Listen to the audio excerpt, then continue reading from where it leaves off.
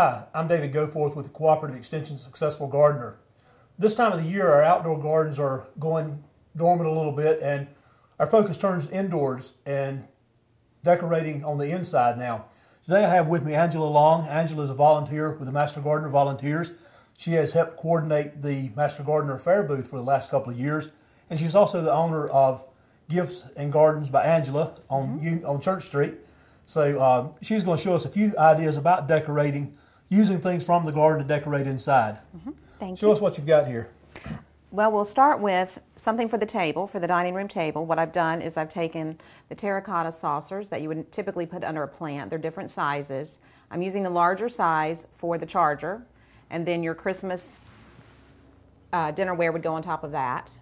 And then some other smaller chargers. We've put natural river rocks here in a glass that we're not using for the season with a little candle. And we've put the place card on it, so you can use it as a place card for your guest.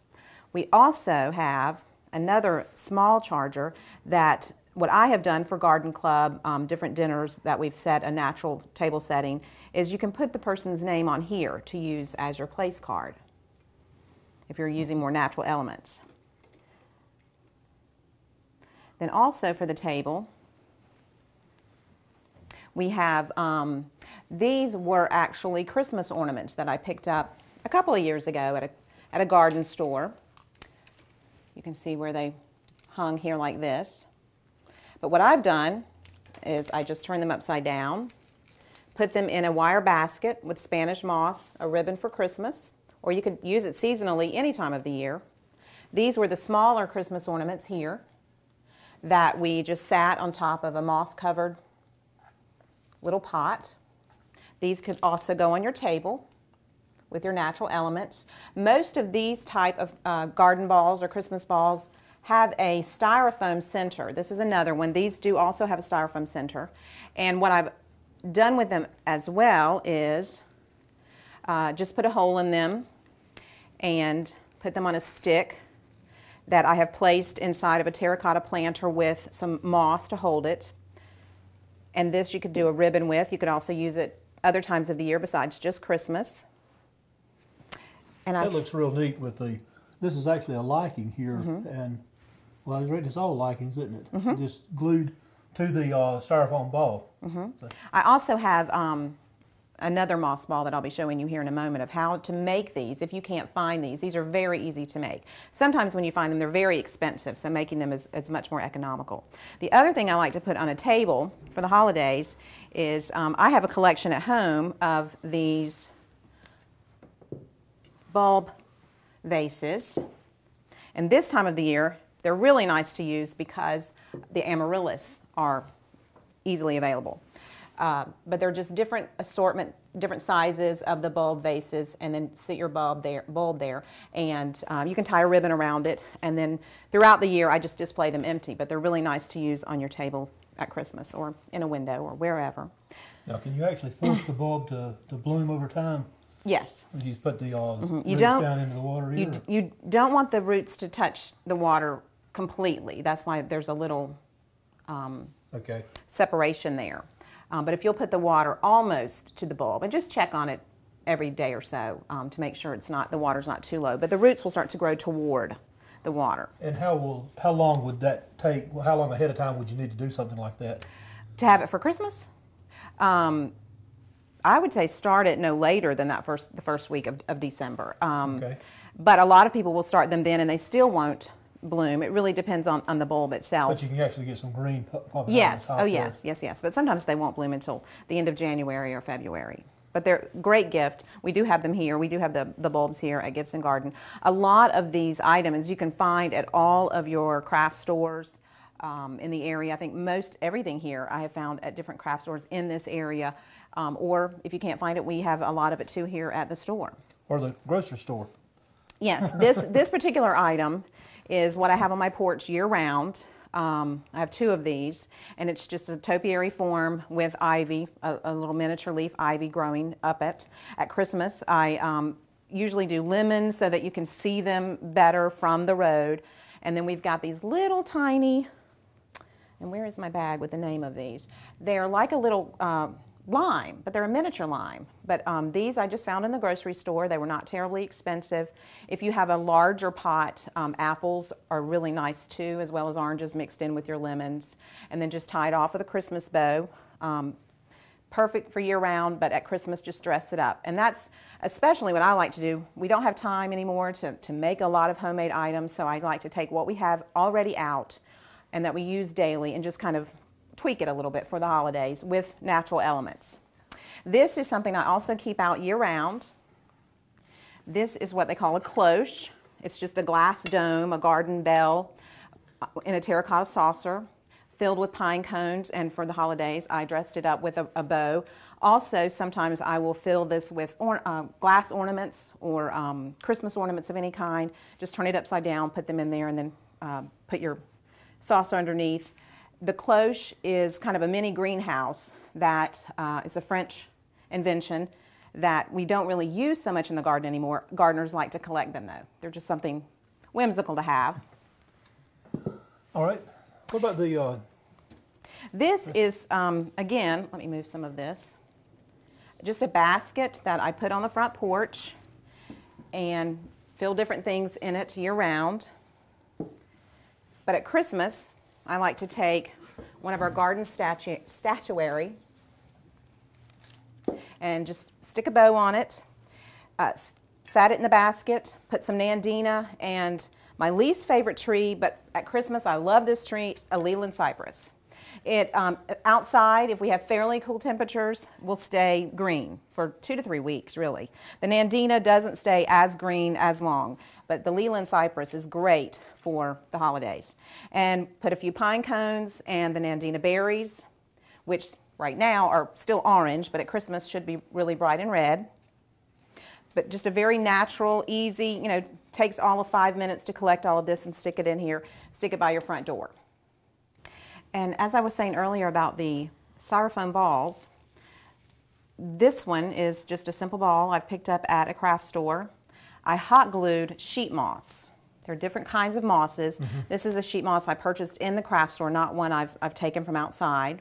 It is alive, I suppose. If you missed it, it will stay alive longer for you. If it does dry out, this one's fairly dry. They're very easy to take your florist spray paints and spray them, and they'll kind of green up again for you. If you were to purchase these, sometimes they're very expensive, so it's nice to be able to make these. And then you can just hot glue it or just sit it on whatever it is you're wanting to display it on. We've just put it on a little flower pot here. Make a lot of these, make the topiaries out of them like we were showing earlier, or put a lot of them in a basket of some kind. I think the sheet moss is wildcrafted from the mountains, though, and you can get similar items from around here. I know this other one over here, this grows in this area. This is sometimes called the reindeer moss. Yes. What I've done is I've put 3 reindeer moss, different mosses. One is a reindeer moss. I've glued them to Christmas form, I suppose, a piece of styrofoam. And this is a dry styrofoam, not a wet floral foam. Just hot glued them, just started with one kind and spirally went around, and then another kind with hot glue. Very easy to go back and patch in any little holes. And this is probably 2 or 3 years old, so they last for a very long time, and you can still see the colors. They haven't faded at all. And then I hot glued it to a little dish. Has it been treated with anything, you think? Or usually these things will get brittle if you leave them long. So far it hasn't. I was wondering, though, if the chartreuse color, if they... Actually, do they grow that? Yes, that. exactly. It looks more like it's more been dyed. Because you can see there are 2 different reindeer moss in there, and I don't know if they naturally come that way or not. But very, very easy to make, keep out year-round, or especially at Christmas if you wanted to make these and give as gifts. It looks neat. This is a miniature ficus that I've had for, 10, 12 years. And at Christmas, I just like to put some green Spanish moss around the bottom of it, tie it off with a bow. If you have a larger one, they're nice to string with lights or little ornaments. Always look for what you already have.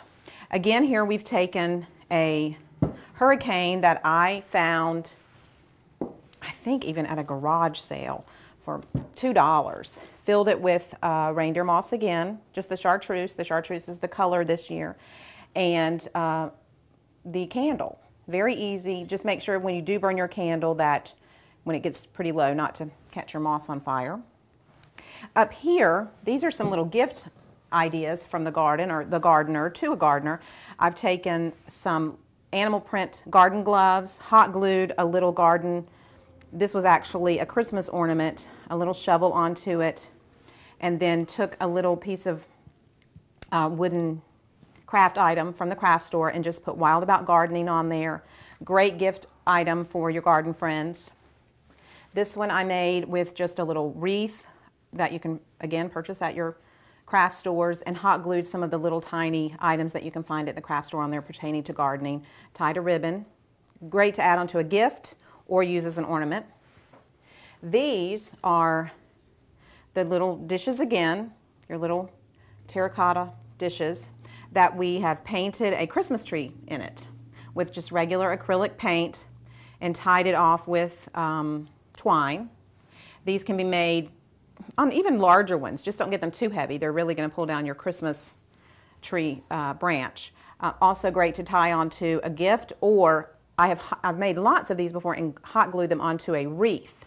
And they made a really pretty garden wreath along with some of your miniature tools or regular size tools. Just stick them in the wreath. That was a really pretty wreath. Now the twine has been hot glued right to the outer edge of the hot glue works really well on the terracotta. These I've made for years and years.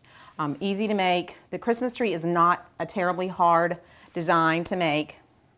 Very easy to fix if you mess up. It will look more natural. This one looks simple enough for me to do, Angela. I think you could. Okay. Maybe. This is one of my favorite items I've had for years and years. I keep it out year round.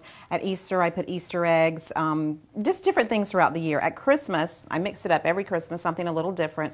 This year, what it is it's just a metal tray with a little garden topiary here. This one's been coated, but you could put anything here. If you don't have a topiary, a hurricane would fit very nicely in here as well, with a candle in the middle, and then I've just filled it with the cinnamon scented pine cones, and then again the little key limes. You could put a touch of red in here if you wanted to. One thing is, if you do light your candle, make sure your bow is taken off so that you don't have a little fire. This is a very effective design. I really like it though. It's interesting with the pine cones and the key limes like that. It's very easy to incorporate the garden into your home, I think. I love anything garden that I can bring inside, keep in year round, and then at any time of a season, kind of tweak it and make it work for that season. Well, this is a rather large bouquet in a way, isn't it? These are all elements that easily available in my backyard, in most people's backyard. The wheelbarrow, I have, because I don't have a place to store it, it just stays out. What I did was picked the Nandina and the Leland cypress again, filled it up with that. Stuck my watering can down in here. The pine cones I have, these are those really large pine cones. Yeah, the longleaf pine. Yes. It's not real common in this area. Whenever anyone's going down to an area where I know these fall easily, I have them pick them up and bring them back to me. So I always have a lot of these available. Again, put the Nandina berries in here.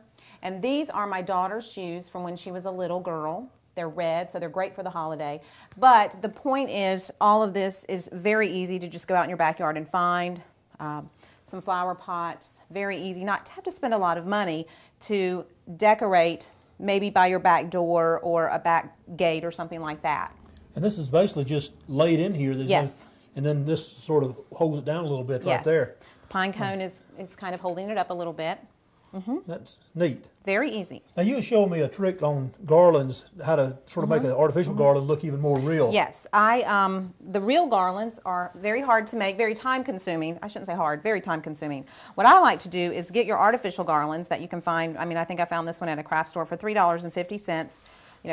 Open it up as much as you can. Take your natural stems and branches. Once you hang it where you're wanting to put it, just take these, clip them, and stick them down in your garland and really just fill it up. If it's outside and you think the wind might potentially blow them away, you can very easily hot glue them into this as well, and they will stay. I like to just stick them down in there and then replace them as they die or as the wind potentially blows them away. But it really makes an artificial garland come alive. Well, Angela, you've given us a lot of ideas and a lot of inspiration here. If you have any questions on decorating tips, get in touch with Angela or check with her on one of the workshops that she does offer during this time of the year. If you have any horticulture questions, you can contact me at the Extension office. And until next time, plan and plant for a better world.